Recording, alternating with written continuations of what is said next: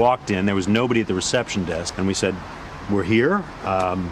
We'd love to speak with Ms. O'Donnell or any representative of the campaign."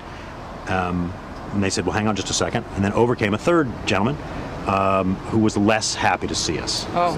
And he said, "What show are you representing?" I said, "The Rachel Maddow Show." And he said, "That's unacceptable." That's unacceptable was his response to you saying the name of the show? Yep. And then, so I was getting the feeling it wasn't going to happen right then. And then he said that you had been classless, that you had, I can't remember the verb he used to talk about what you had done to Christine, like slammed her, ripped her, something like that. Yeah. But essentially, I can remember classless for sure. We can't find the O'Donnell campaign, and when we did find them, they insulted us and told us to leave. Within moments of that happening, within moments of us getting booted out of Christine O'Donnell's campaign headquarters in Delaware yesterday, the great Oliver Willis popped up on our show's self-serving RSS feed when he blogged about this fundraising email from the O'Donnell campaign. It reads, quote, "Dear Patriot, the charade is over. We all knew that my opponent couldn't hide behind the failed policies of Obama, Pelosi, and Reid forever. Even the liberal media led by Rachel Maddow and Keith Olbermann can't cover up the truth. Help me lead the charge against liberals in Washington by donating $100, $75, $50, or $35. You know, it is oddly flattering to learn that the O'Donnell campaign thinks we are important enough to raise money off of me and Keith as liberal villains, to complain about the way that we cover news and politics. But here's the thing.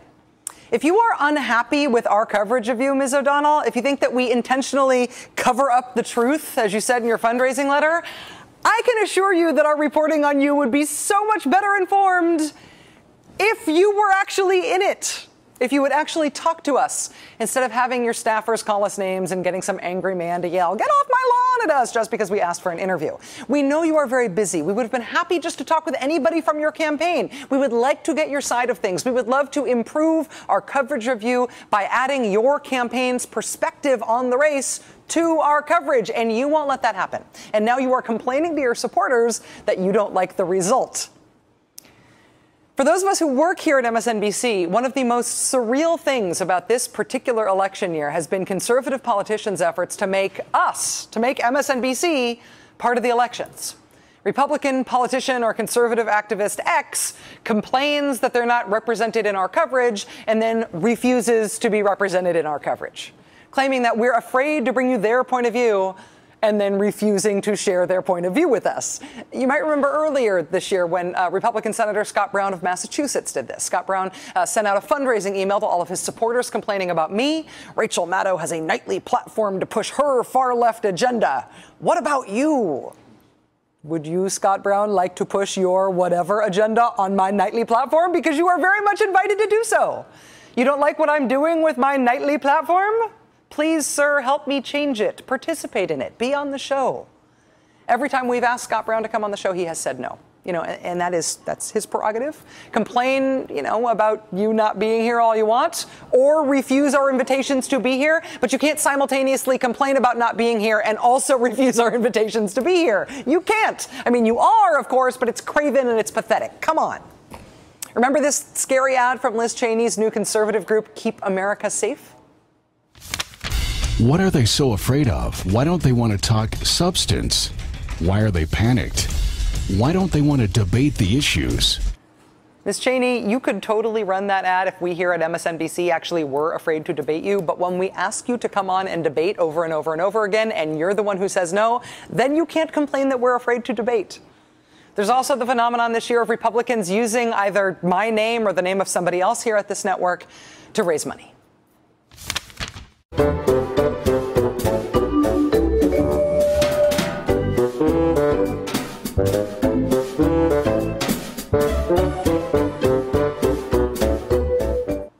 Proud moment there. That was part of a fundraising ad put out by Republican Senate candidate Marco Rubio of Florida. Marco Rubio must be right because Rachel Maddow says he's wrong. Even if I am inherently wrong about everything, to date, Marco Rubio has declined every single one of our requests to interview him. Likewise, Sarah Palin. Here's the new piece of red meat she is throwing to her fans. A gal walked up and asked him where he was from, and he said Alaska. And then all of a sudden, the clerk, she turns beet red, and the veins pop out in her neck, kind of like Rachel Maddow does sometimes.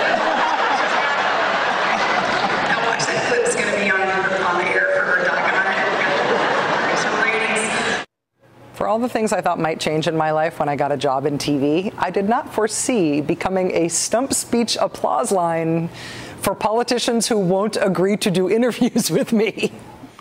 We have asked Sarah Palin to come on the show I don't even know how many times, and she has never agreed to come on. Happy to use me in one of her money-making stump speeches, unhappy to tell me why, like to my face.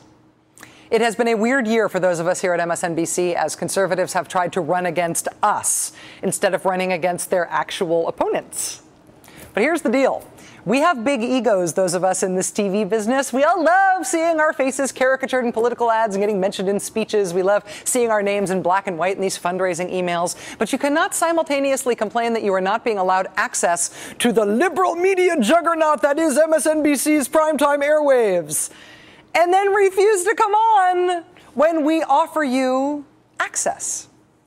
So say yes, Christine O'Donnell. It will be fun, I promise. Say yes, Sharon Engel. You will get a fair shake. Pinky swear. Say yes, Sarah Palin. You have our number. I know you do.